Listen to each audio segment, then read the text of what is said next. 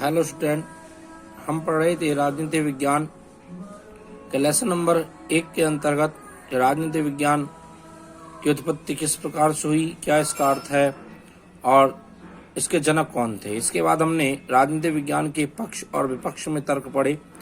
अर्थात कुछ विद्वानों का मानना था कि राजनीति विज्ञान एक विज्ञान है, जबकि कुछ विद्वानों का मानना था कि राजनीति विज्ञान विज्ञान नहीं है। इन दोनों ही प्रकार के संबंधों में बहुत सारे तर्क और वितर्क विभिन्न विद्वानों के द्वारा दिए गए और उनके माध्यम से हमने यह स्पष्ट भी किया कि वास्तविकता में राजनीति विज्ञान एक विज्ञान है, और कुछ विद्वानों के माध्यम से हमने ये स्पष्ट किया कि राजनीति विज्ञान मात्र एक विषय है। आज हम पढ़ने जा रहे हैं राजनीति विज्ञान का अध्ययन क्षेत्र, अर्थात राजनीति विज्ञान का अध्ययन क्षेत्र क्या क्या है, किस प्रकार से राजनीति विज्ञान का अध्ययन किया जाता है, कौन कौन से क्षेत्रों में इसका अध्ययन किया जाता है और कौन कौन से बातों की इसमें आवश्यकता बताई जाती है। पहले हम बात करते हैं राजनीति के सिद्धांत। राजनीति के सिद्धांत यहाँ पर दिए गए हैं। अतीत एवं वर्तमान के राजनीतिक सिद्धांत एवं विचारों का अध्ययन, अर्थात राजनीति विज्ञान जो है वो प्रारंभ में और वर्तमान में, अर्थात भूतकाल और वर्तमान दोनों प्रकार के विचारों और सिद्धांतों का अध्ययन कराता है। दूसरा है राजनीतिक संस्थाएं।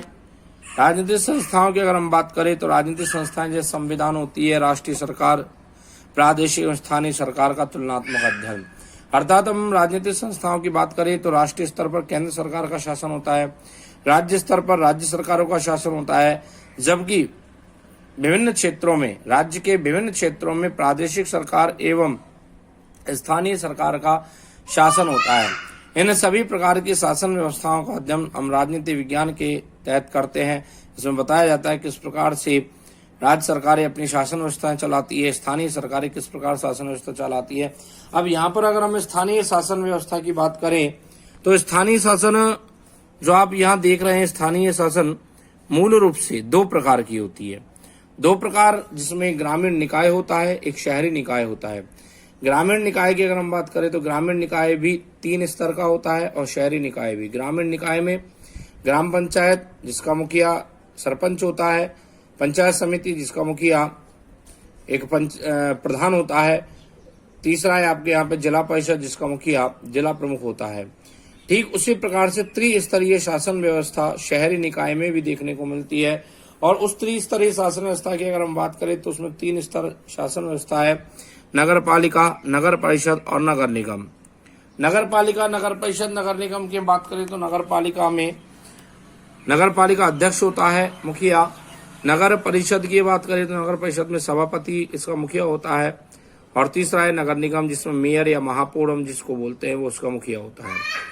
तीसरा बिंदु यहाँ पर आता है राजनीतिक दल, समूह एवं लोकमत। अर्थात इसका अर्थ है कि नागरिकों के द्वारा राजनीतिक दल के रूप में, एक समूह के रूप में, लोकमत के रूप में भाग लिया जाता है शासन व्यवस्था में, मतदान व्यवस्था में, चुनाव प्रक्रियाओं में। अर्थात राजनीतिक क्षेत्र में इन लोगों के द्वारा एक दल के रूप में, एक समूह के रूप में जब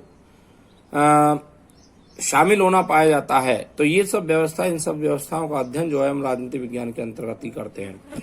इसके बाद आता है अंतर्राष्ट्रीय संबंध। अंतर्राष्ट्रीय संबंधों की अगर हम बात करें तो अंतर्राष्ट्रीय संबंधों में हम देखते हैं कि अंतर्राष्ट्रीय स्तर पर एक देश के दूसरे देशों के साथ किस प्रकार के संबंध है, जैसे भारत के अमेरिका के साथ, भारत के पाकिस्तान के साथ संबंध, भारत चीन के संबंध, भारत रूस के संबंध आदि। इन संबंधों को देखना अंतर्राष्ट्रीय संगठन जैसे यूएनओ जिसको हम संयुक्त राष्ट्र संघ के नाम जानते हैं, विश्व बैंक हुआ, विश्व स्वास्थ्य संगठन हुआ आदि कई ऐसे अंतर्राष्ट्रीय संगठन भी होते हैं जिनका अध्ययन, इनकी शासन प्रणालियां हम राजनीति विज्ञान के अंदर ही हम इसकी जानकारी लेते हैं। इसमें अंतर्राष्ट्रीय शासन भी आता है, अंतर्राष्ट्रीय संगठन भी आता है और अंतर्राष्ट्रीय संबंध भी राष्ट्रों के आते हैं।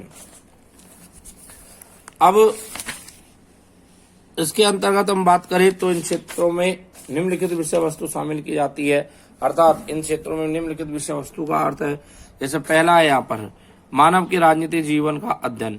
अर्थात मानव के राजनीतिक जीवन का अध्ययन, राजनीतिक जीवन का अर्थ होता है कि वह चुनाव लड़ने का अधिकार रखता है, मतदान करने का अधिकार रखता है, किसी पार्टी का प्रचार प्रसार, राष्ट्र के प्रति कर्तव्य दायित्व, अपने अधिकार, अपने स्वतंत्रताओं का अध्ययन भी हम इसी के तहत करते हैं। दूसरा है राज्य का अध्ययन, अर्थात प्राचीन काल से लेकर वर्तमान समय तक जो भी राज्य की स्थितियां, राज्य का विकास, राज्य के स्वरूप जो हम पढ़ते आए हैं, देखते आए हैं, वह राजनीति विज्ञान के अंतर्गत ही होता है। इसके बाद सरकार का अध्ययन, जो हम पूर्व में पढ़ चुके हैं। सरकार का अध्ययन अर्थात राष्ट्रों में चलने वाली सरकारें, राज्यों में चलने वाली सरकारों का अध्ययन, उनकी शासन व्यवस्थाएं, उनकी शासन प्रणालियां, ये संपूर्ण अध्ययन भी हम राजनीति विज्ञान के अंतर्गत ही करते हैं।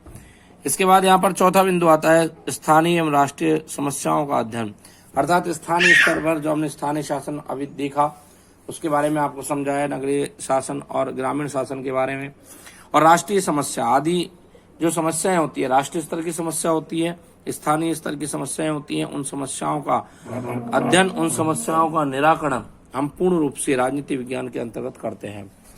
राजनीतिक विचारधाराओं का अध्ययन, तो राजनीतिक विचारधाराओं के अध्ययन के बारे में हम बात करें तो राजनीतिक विचारधाराओं का अध्ययन होता है कि राजनीतिक विचारधारा का अर्थ है कि यथार्थवादी, आदर्शवादी मूल्यों पर विचार करना, लोकतंत्र, आदर्शवाद, व्यक्तिवाद, अराजकतावाद, समाजवाद, साम्यवाद, बहुलवाद आदि ऐसी कई शासन संबंधित, शासन प्रणालियों संबंधित विचारधाराएं होती हैं। उन विचारधाराओं के आधार पर उन राष्ट्रों का, उन राज्यों का शासन चलाया जाता है और इन संपूर्ण राज्य व्यवस्थाओं का, इन संपूर्ण शासन व्यवस्थाओं की विचारधाराओं का अध्ययन जो है वो हम राजनीति विज्ञान के तहत करते हैं।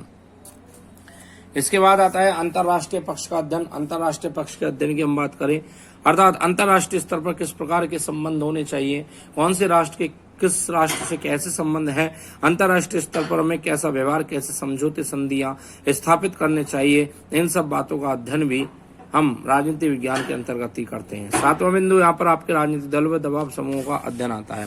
राजनीतिक दल जो चुनाव प्रक्रियाओं में भाग लेते हैं, चुनाव लड़ते हैं, किसी पार्टी विशेष से चुनाव लड़ते हैं, और दबाव समूह जो बाहरी रूप से राजनीति को प्रभावित करते हैं, अर्थात वे चुनाव तो नहीं लड़ते लेकिन बाहरी रूप से राजनीतिक दलों को प्रभावित करने का कार्य करते हैं, अपनी मांगों को राजनीतिक दलों के सामने, सरकार के सामने रखते हैं।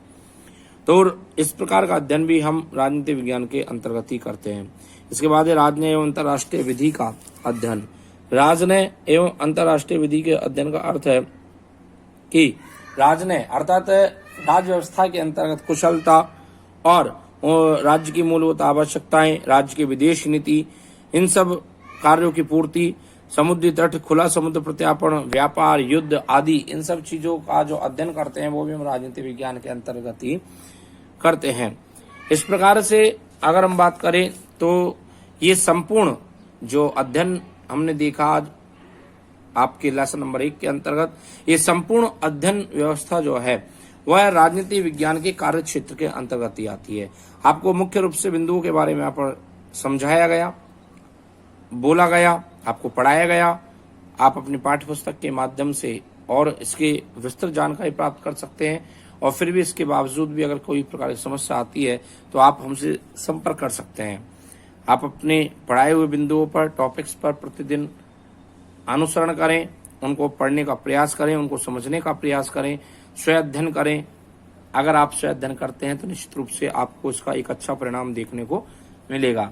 अर्थात आज वर्तमान समय में कोविड-19 महामारी के कारण जो विद्यालयों में जो सुचारू रूप से कक्षाएं चलती आ रही थी, लेकिन वह इसके कारण बीच में रोक दी गई, और तब तक के लिए आपको इस प्रकार से सैटेलाइट ऑनलाइन के माध्यम से इस प्रकार के अध्ययन सामग्रियां, अध्ययन प्रणालियां, शिक्षा विधि आपको प्रदान की जा रही है, आपके लिए निर्माण की जा रही है। तब तक आप इनका पूर्ण रूप से सदुपयोग करें, इनको समझने का प्रयास करें, क्योंकि एक अंतर्राष्ट्रीय महामारी है और ये कितने समय तक अभी इस प्रकार से अपना प्रभाव अंतर्राष्ट्रीय स्तर पर डालती रहेगी।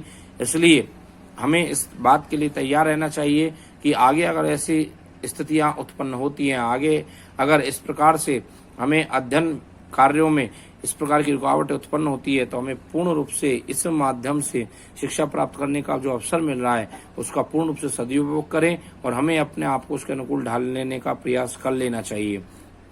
आगे हम राजनीति विज्ञान का क्षेत्र आधुनिक दृष्टिकोण के अंतर्गत ये हम कल पढ़ेंगे। तब तक के लिए okay, thanks for the day.